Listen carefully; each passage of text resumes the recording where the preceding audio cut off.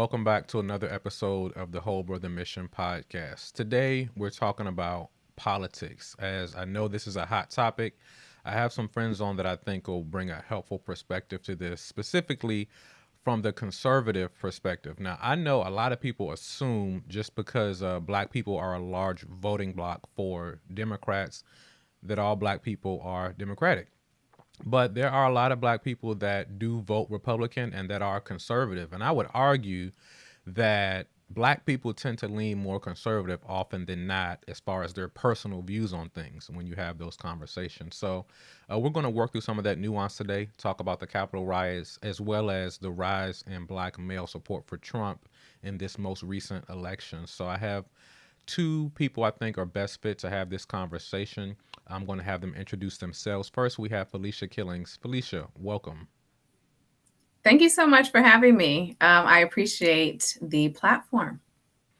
Not a problem. Could you tell us more about your history as far as your background in politics and what has garnered your interest specifically in being Mhm. conservative? Certainly. So, my Black family back in California, we were always raised conservative. My father has been a strong influence on my spiritual and philosophical beliefs. And so, all I've known really is conservatism and voting Republican. In 2016, my virtual platform expanded on Facebook. Pretty much when I started to share that I intended to vote for Trump. And so different dialogue began to emerge around that. And pretty soon it just exploded into what we have now over on Twitter, which I call the conscious conservative movement. And our focus is to demonstrate how conservative values are deeply embedded in Black Americans, Black culture, and even our communities. But the Republican Party has an obligation to do better outreach. So that's what my focus is on. And since that time, we have just grown to over 20,000 different followers. And the message is just reaching millions every year.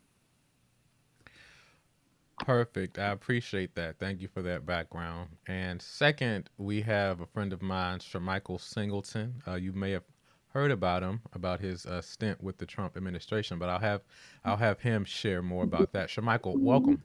Bring that up. I wasn't even going to mention that. Oh, I'm Anyway, sorry. my Go name for is it. Tell us Shermichael more. Singleton. Thanks for having me on the podcast. I am a big supporter of Whole Brother Mission and everything that it represents as an organization. And as you know, I've done my best to try to support the organization. And Yes. as you know, I've made myself available to continue to support the organization wherever you guys may see fit. As Malik said, I did work for the Trump administration. You know, sometimes I like to leave that out when I do these types of things. But I was the deputy chief of staff to Dr. Ben Carson at HUD. I was fired after about 2 months into the role based on an article that I had written about 3 weeks before the November election on President Trump, criticizing him, stating that I thought personally that the party could have gone with a better person. Beyond Carson, I worked for Mitt Romney, and I also worked for Newt Gingrich. Outside of the political things, I've been a CNN commentator. I still off and on do some stuff at MSNBC, although I no longer have a contract with them. I'm sort of trying to leave politics like the rest of you guys are probably going to watch this thing. Politics is not fun. It's tiring. It's stressful as hell. As Felecia can tell you, there's a lot of people Yes. who are full of crap, and you got to have the right type of temperament to deal with those people. And unfortunately, my temperament to deal with those people, it's run dry. I have no more. So as of late, I've been focusing on creating new content in other places, and that's really panned out really, really well for me as from a business perspective and a financial perspective. So I've sort of found something to use all the political skill sets, but in an arena that doesn't have me not sleeping but 4 hours a night. So I don't know how you do it, Felicia. With grace and with patience. Absolutely. Yeah. So Yes. thank you both for sharing. I'm sorry for bringing up that part of your history, but You ain't sorry. He ain't sorry. Don't fall for it. He's not sorry. but no, I think it's helpful in terms of the conversation that Mhm. we're having today. Here's why. So I know that some black, and I've spoken to you personally, but I do think a lot of times we don't understand other people's experience and perspectives as they engage in these things. Sure. Now, I'm going to be honest. I have a lot of people that I'm aware of, specifically black people that are on the conservative side of things. And in all honesty, a lot of the stuff that I see is discouraging. And I say honestly, I say this privately and publicly, a lot of it is cooning. And I feel like it's an embarrassment, some of the things that I see. Now, I'm of the perspective that we need to have hard conversations as well. And for the longest, I've been looking to have a dialogue with a black Trump supporter. And I Mm-hmm. can tell you now, after years of searching, you too are the first two that have been at least willing to have some type of dialogue. And I've seen you engage in other Mm-hmm. spaces and deal with hard topics rather than being evasive, changing the subject, Mm-hmm. or just feigning ignorance on major topics. So that has been my experience. And I wanted to share with others that there are people who have thought through this and it's not just all a show, because some of the stuff Mm-hmm. that we see more commonly ends up being the extreme example of a black Republican or a black conservative. So, Who are you talking about, Malik? I don't mind saying it. I mean, I'm just yeah, kidding. I'm just don't you say it. guys are Don't here say to it. share. Yeah, don't see, but you know what? Just like you're approaching freedom, I have found that place well. So I could say it if I wanted to, because I'm good. But I want to hear from you guys. I want to hear from you guys. So I brought that up specifically though because I know some would say, "Well, why would a black man work for Trump at all?" Some would say Sure. that. Well, why would you even do that? So you help bring us in on the thought process behind uh not specifically working for Trump, because I doubt that you saw it as, hey, I want to support him directly, but more so the mindset behind opportunities in politics and Sure. ways to advance policy for black people, because I know that that was I part of mean, your perspective. it's people always ask that question, Malik, all the time. Like, you wrote the article, then you went to work for the guy. It doesn't make any sense. And the answer to that is pretty simple. I mean, I was asked by Dr. Carson to go in with him as one of his longer trusted advisors, help him make the best decisions at HUD. And I did give it some serious thought, man, because I wasn't completely sure that it was something I wanted to do. And when I thought about it, I talked to my parents about it, talked to my grandparents about it, and gave it even more consideration. And then I realized, if I'm at the department with Dr. Carson, one, I'm away from the White House. Yes, I'm going to have to deal with individuals from the White House. That's a part of the job. And everything that comes from the White House, it's going to sprinkle on to the particular agency that I was at the time. And you navigate those things. You get used to that in politics, navigating things as a part of the process. But for me, what was more pertinent than anything else was the potential good that I could potentially impact through housing policy.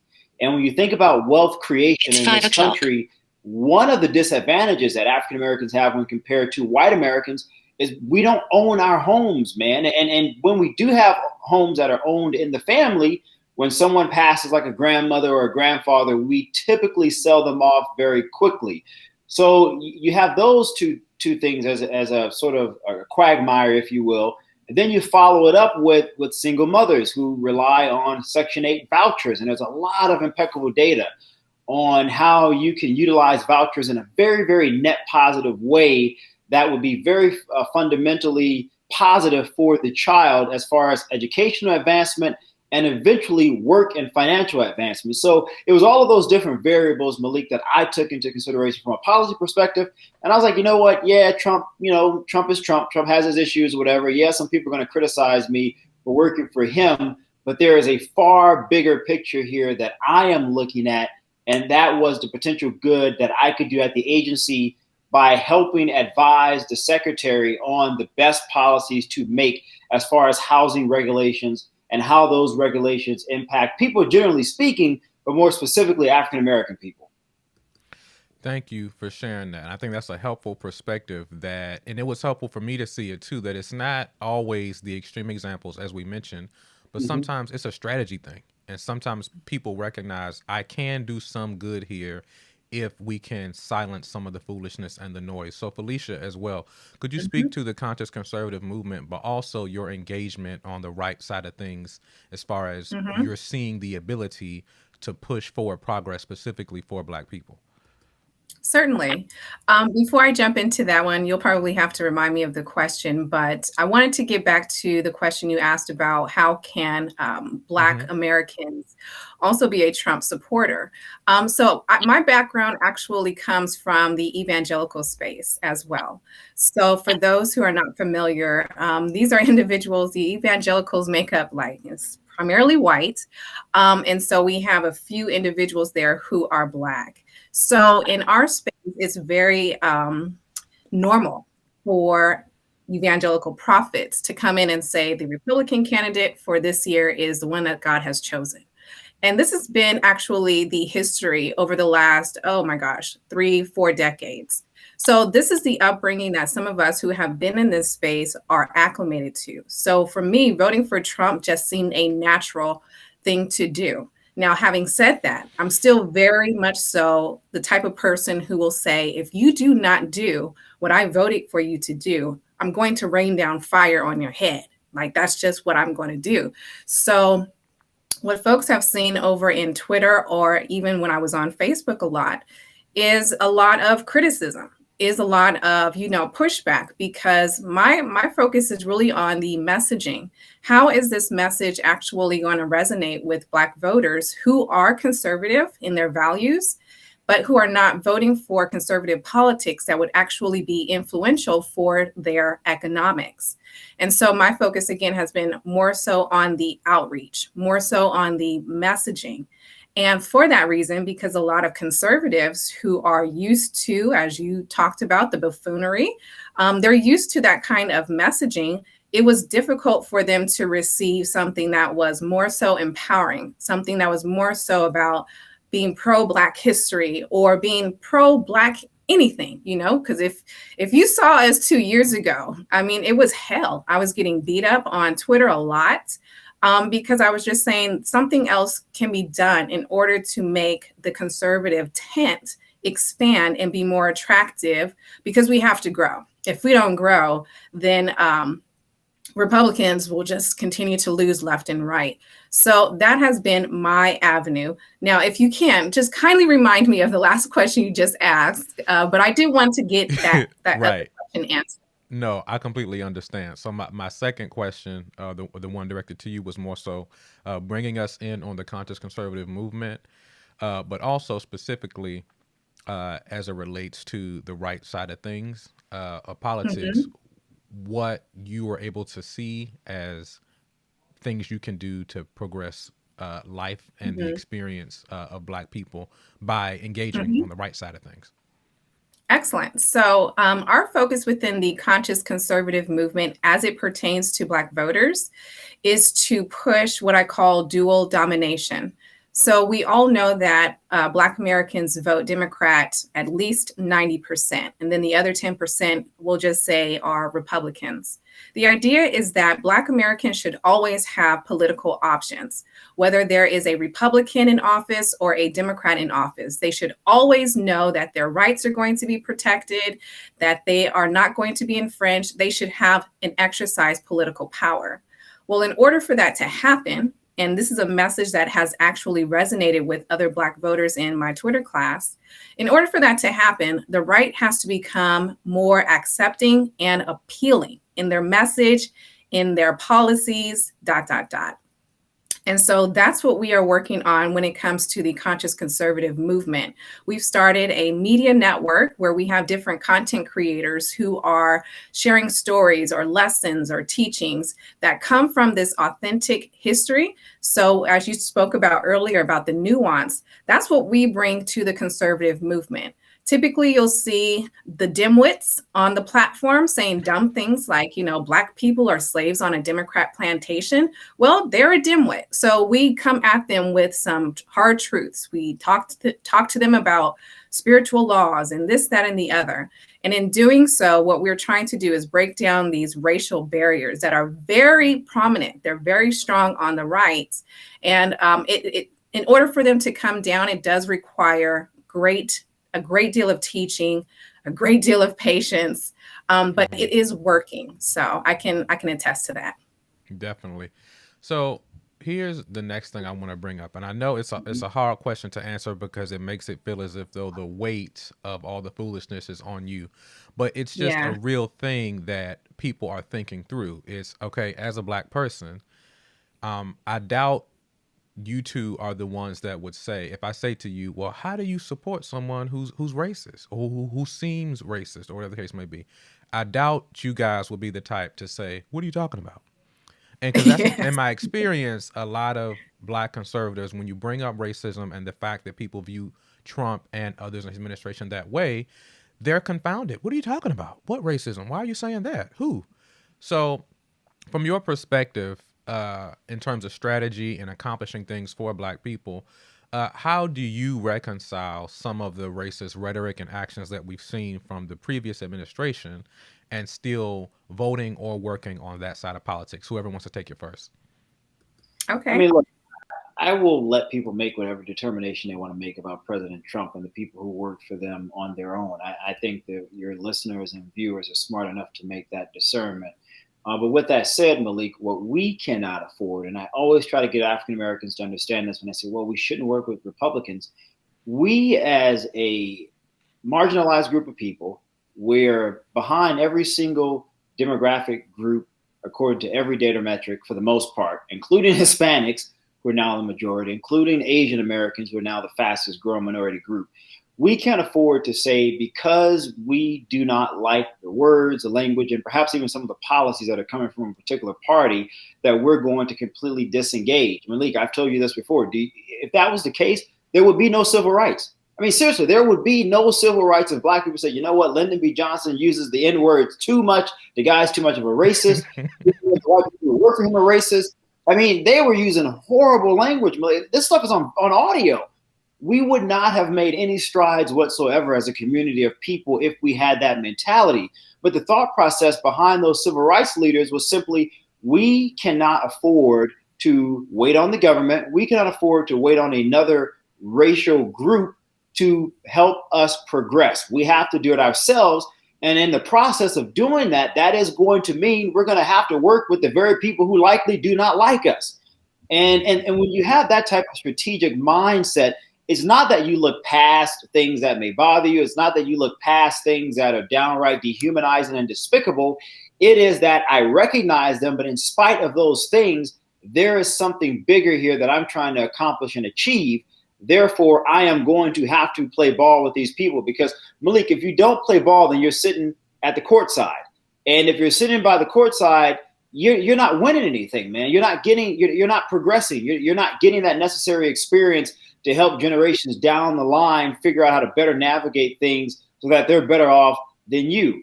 And so I don't think we can afford to have the mindset of, a person is in office, we do not like them, we do not like the rhetoric, therefore we're just going to completely disengage. We're not going to try to work with them on some things wherever possible. And Malik, working with someone does not mean you acquiesce. That's another thing. People think, well, if you're working with them, that means you're just all in. No, it does not. You can work with someone on the things that benefit you and still march like hell. Again, prime example, civil rights movement. There are so many stories, man, of civil rights leaders working with very white, racist individuals while simultaneously protesting very racist white individuals. It's not a you're all in or nothing. You can have a two-pronged approach strategy here to say, all right, we got to keep the fire up on these people because they're not living up to the expectations that are enshrined in the Constitution. However, they are currently in power right now. We need to figure out what in the heck we can get out of them while also turning up the heat. And I think that's the mindset that African Americans have to have writ large if we are to continue to see progress. But again, I think it is completely short-sighted, if you will, to think that if an administration is in office that we do not like, or party is in power that we do not like, we're merely going to disengage. Maybe we'll protest here and there, and that's going to be it. Well, Malik, 4 years, 8 years is a long time. A whole lot of policies can change in that time span. And while we're not engaging, there could potentially be things that even further negatively impacts our community. And so we need to think about these things more in depth than we do. We need to think about these things as far as the nuances, like Felecia was saying, as far as some of her conversations with trying to get other African Americans to think about these things differently. again, this cannot be a zero-sum game. We don't have that luxury, Malik, because every other group surpassing us. There is no reason whatsoever why, when you look at most metrics, we're still falling behind. Hell, some metrics, we made progress and now we're going backwards again.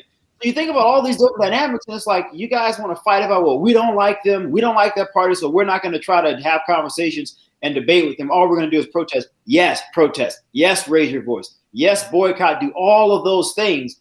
But at the same time, there's a political process. And you need to navigate that process if you are to see anything favorable to your group. Because if not, then you can't wait 4 years or 8 years and say, well, damn, this really sucked. We'll just wait for the Democrats to come back.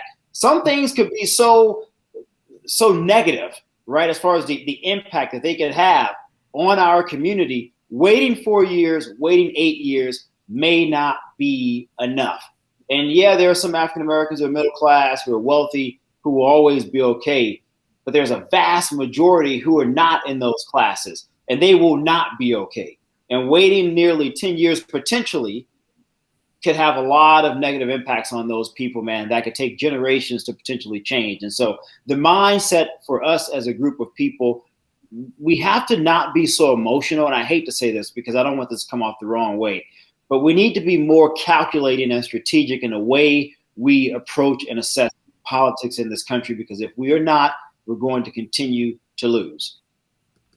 I will say I have learned from some that are more directly involved that, yeah, the perspective is you kind of have to be a callous person to get what you want out of this political system. It's not made for the faint of heart.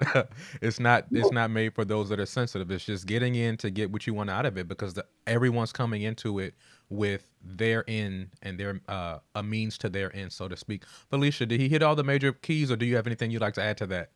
Yeah, that is exactly it. That goes back to what I was saying about dual domination. Black Americans cannot afford to wait around 4 years or 8 years before they flex political might. And by flexing political might, I'm not just talking about showing up at the booth. I'm also talking about having actual policies that are going to directly benefit Black communities. So when somebody brings up Trump and they say, Trump is a racist, how can you support him? I say, well, look at Biden. He has a whole track record of being a full-blown white supremacist, if you guys want to take it there.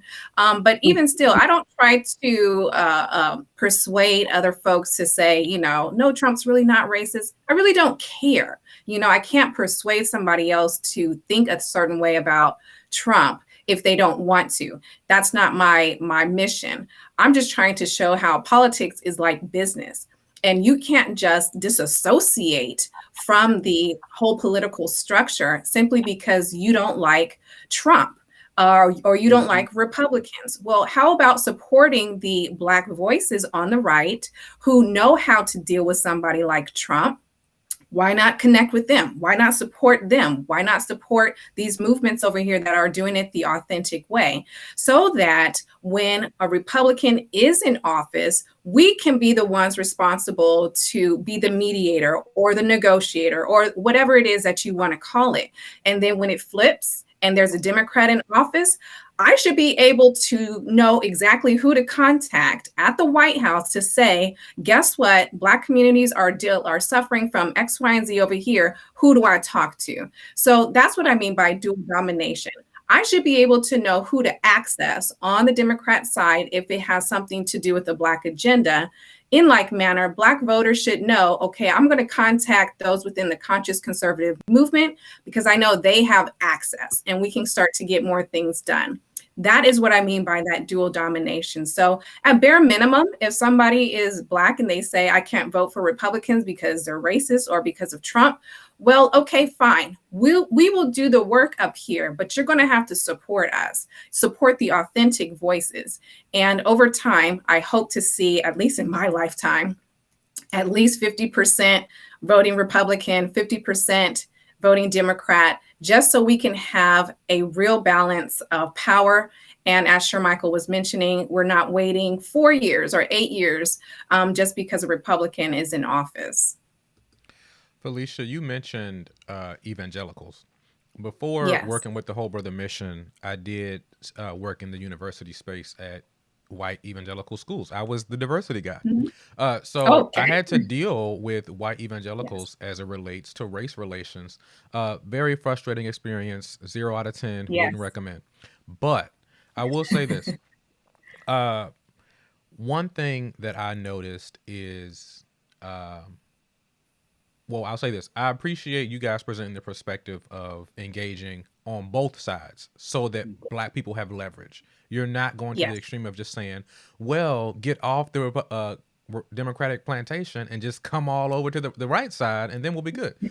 So I get that. It's about leverage. So I hope people are hearing that point.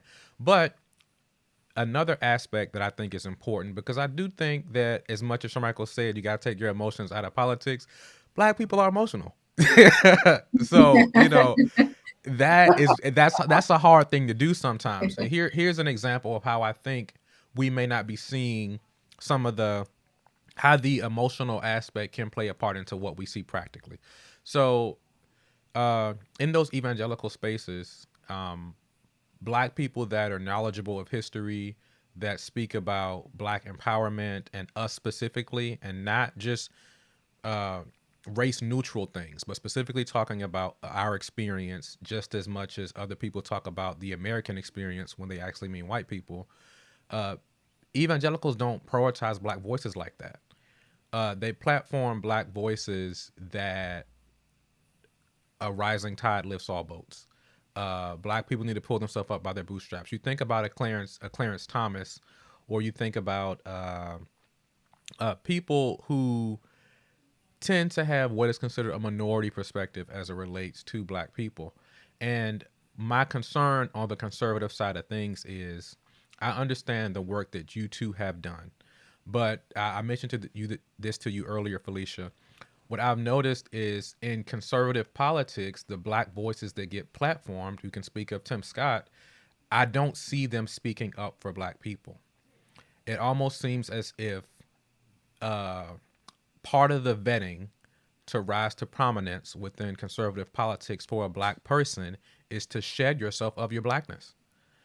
Those are the people that I see platformed. And I can at least say on the Democratic side of things, I see black people that are able to speak more freely, to talk about the black experience, and to be black specific in their policy demands. So, how would you respond to this kind of shedding of cultural knowledge in terms of on the right side of things and the voices that they platform? I mean, Yeah. no, Oh, go ahead. go ahead. No, go ahead. Go ahead. Okay. That's what we try to push within the conscious conservative movement. And that's one of the reasons why I added that adjective conscious. We're conscious of being Black. We are conscious of American history and Black history. We're conscious of spiritual laws. So on the right, they have been conditioned or indoctrinated in their own history. So their Mm-hmm. history is embedded with, things were just fine and Black people already got what they needed. Why talk about reparations if, they have their freedom? And they have their own indoctrination centers, if you will. And that's just the space. So when talking about evangelicals as well, they have been taught certain things over decades. So here we have this voice and these teachings that come forth that go against their traditional way of thinking. That's what we're battling over here. And it's working only because I say my platform has grown. And the collective, if you want to say, like with Sonny Johnson, with Shermichael, with Jeff Charles, and others, because we built this kind of, network, conglomerate, if you will, now conservatives who are a part of this space are starting to feel comfortable with realizing that the history they've been taught is not, in fact, authentic. It is this watered down version of American history. So they're going through their own cognitive dissonance. They're going through their own reconditioning, if you will. But it does take time. So for those who are being elevated on the right and they have a Black face, it's because of the tradition. Those Black faces say the things that the white donors love to hear. They say the things that the evangelicals love to hear. Again, it's a business thing, right? If you want to sell a product or a service, You tell folks what they need to hear in order to buy into that person. So this was really the first time when we saw so many different voices at one time pushing back against the talking points or pushing back against what I consider to be racist rhetoric and saying we're not going to tolerate that anymore because that does not represent authentic conservatism. So that's how we've been able to battle it. It really comes from teaching beloved conservatives. I'm Olivia Morgan, Intake Coordinator here at the Whole Brother Mission. I'm here to pass on a little information about how you can join us in helping men in need seek licensed professional counselors nationwide. Number 1, ask. Ask if your employer participates in matching donations. Many employers will match your gift to a nonprofit. We are a 501c3, so all gifts are tax deductible. Number 2, pass. Pass this video as well as our website on to others so that they are aware of our services and our need of support. And number 3, give. If you're able to, please consider giving. The proceeds remove barriers for men seeing a culturally competent mental health professional, and they support our upcoming HBCU book tour. Thank you for your time. Got it. Shermichael, you got something? Look, I think everything Felecia said was accurate. I would also say that Black people should support some of those conscious conservatives that Felicia's talking about. I've worked for a lot of candidates, on a lot of campaigns, including some African-American conservatives. And what I have found in that experience as a strategist, the conservatives that are Black that I think would probably find resonance with other regular Black people don't get the support from Black people. I mean, I've literally seen Black people vote for a white Democrat over a Black conservative. And I'm not talking about one who's considered or perceived extreme in their rhetoric. I'm talking about someone who's like, I'm very in touch with myself as an African-American. I understand my background, my culture, my history. I'm still in the neighborhood. I just happen to be a Republican. I don't agree with a lot of things Democrats support, and the Black people will vote for the white Democrat. And so to me, it's like, it's one thing to ask, well, look at the type of Republicans those white Republicans, support, or look at the Black Republicans that those white Republicans give a platform to. Well, Black people, where are the Black Republicans that we as a community are giving platform to? Mm-hmm. Or are we falling into the trap of we can't vote for this person who looks like us, who likely has the same values, clearly has, generally speaking, similar background as us as far as growing up, especially if they're in the same neighborhood that a lot of African Americans are coming from. But yet we're going to vote for the white Democrat because the white guy is a Democrat and the Black guy is a Republican. I mean, it's that kind of nonsensical stuff, man, that just does not make any sense to me. Like I was saying earlier, Black people, we need to stop looking to other people to save us. Nobody is going to save us but ourselves. That doesn't mean you don't criticize the system or the entities within the system being government, that is, to do better. That does not mean you don't hold politicians accountable for the lack of a job that they're doing, right? We don't want deleterious impacts continuously impacting us more so than anybody else. We clearly want the same type of change and progress as every other group in the country, and we should demand those things. But we also need to become more insular in our outlook about our progress as a community of people. Nowadays, everyone's talking about, our allies of this group and our allies of that. It's great to have friends. I have nothing wrong, Malik, with having friends. But from my perspective, we need to be focused as a community on what is it going to take for us internally to get ourselves to the next level while simultaneously trying to better the political system as a whole.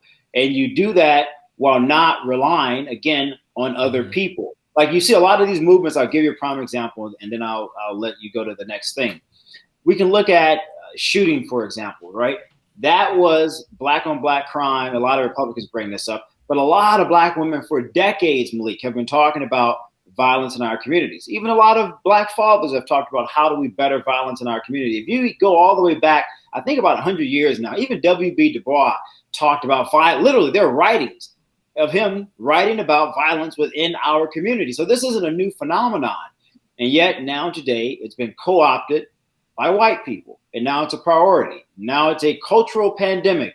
Now something must be done.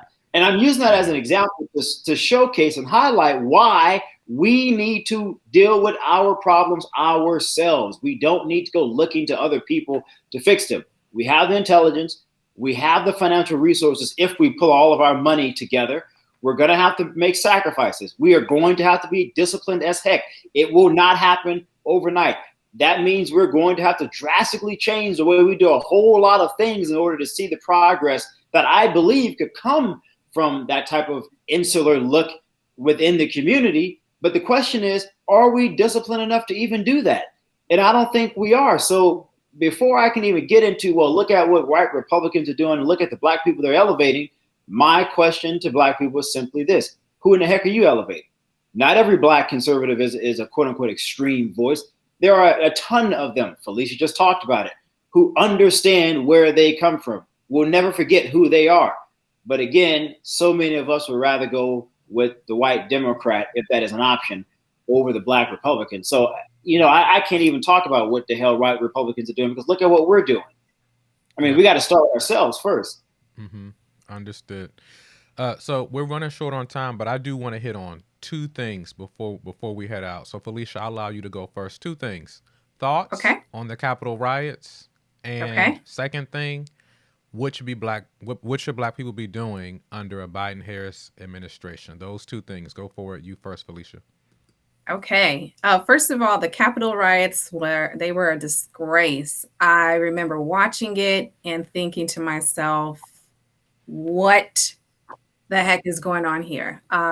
It was one of those surreal moments.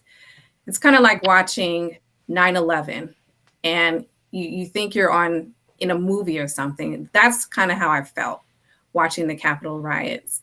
I was angry with Trump because he did not, in my opinion, immediately go out there and make some kind of speech or something to tell them to go away. Or I just felt like he was too late on it. I didn't like that Biden, who wasn't even the president at the time, had made some kind of speech prior. So it was a very difficult scene to watch. I was also bothered because there were so many different folks who either were injured or, had to go to jail. I mean, it was just what you watched are broken people. That's what Sonny calls it. Broken people doing broken things.